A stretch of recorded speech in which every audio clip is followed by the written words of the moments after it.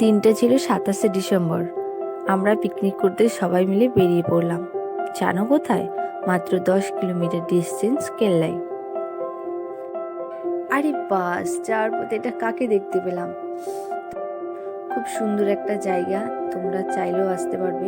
এখানে তো বেশিরভাগটা গাছপালায় ভর্তি, তাই সেরকম ভাবে ভালো করে দেখাতে পারছি না। যেটুকুনি পারছি সেটুকুনি দেখে নাও।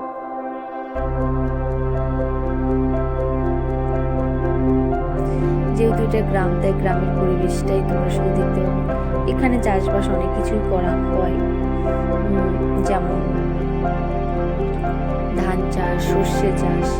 তারপরে এই তো সর্ষে ক্ষেত দেখা যাচ্ছে, এখানে হয়ে গেছে।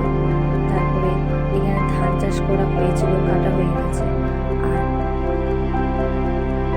এটা ঠিক রাস্তার ভিউটা। আর এখানে দুটো বাচ্চায় কাদামাখি করে খেলছিল। অ্যাকচুয়ালি এটা দেখে ছোটবেলার কথা মনে পড়ে গেছিল যে আমরাও তো এরকম ভাবে মানে ছোটবেলায় এরকম কাদামাখি করে খেলতাম। এটা তো পুরো মাঠ আর মাঠ। এইগুলো ঠিক যাওয়ার যে রাস্তাটা, ওই ভিউটাই দেখাচ্ছি তোমাদেরকে। চাইলে তোমরাও আসতে পারো। এটা হচ্ছে কেল্লার যে নদীটা, সেটাই। এটার নামটা আমি ঠিক জানি না, তবে দেখে মোটামুটি ভালোই লাগছে। আর আমরা বিচে পার হচ্ছি।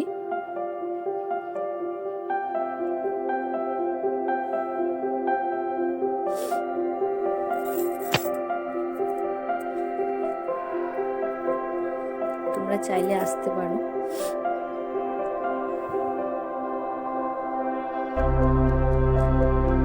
ফাইনালি পিকনিকের জায়গায় আমরা চলে আসলাম। এখানে এসে দেখলাম যে ক্যাকটাস। এটা আবার যে কেউ দেখে আবার হাত দিতে যেও না, এটার গায়ে খুব কাটা ফুটে যাবে। তো যাই হোক, ক্যাকটাস গাছটা দেখে ভীষণই ভালো লেগেছে।